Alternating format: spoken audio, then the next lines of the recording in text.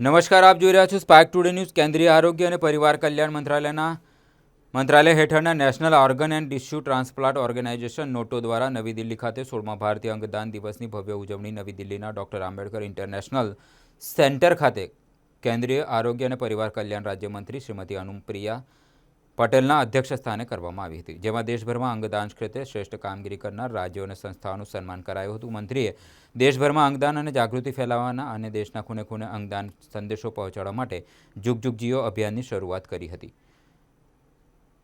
કેન્દ્રીય આરોગ્ય રાજ્યમંત્રીના હસ્તે સુરત નવી સિવિલ હોસ્પિટલને best brain death stem death certifying award મળ્યો છે। આ એવોર્ડને RMO doctor Ketan Nayak, nursing superintendent Nirja Patel, અંગદાનના કાઉન્સિલર નિર્મલા કાથોડને સ્વીકાર્યો હતો।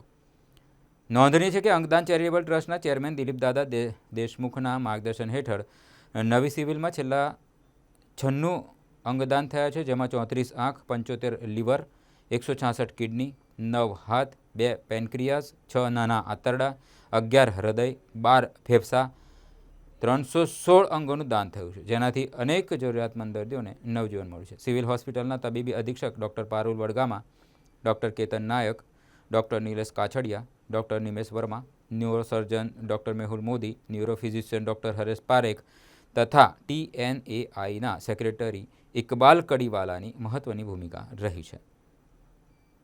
આ કાર્યક્રમમાં કેન્દ્રીય આરોગ્ય સચિવ Shrimati Punya Salila Srivastava, director general of health services doctor Lavnish G Krishna, નોટોના ડિરેક્ટર ડૉક્ટર અનિલ કુમાર સહિત દેશભરના રાજ્યોના પ્રતિનિધિઓ અને તબીબી નિષ્ણાંતો ખાસ ઉપસ્થિત રહ્યા હતા।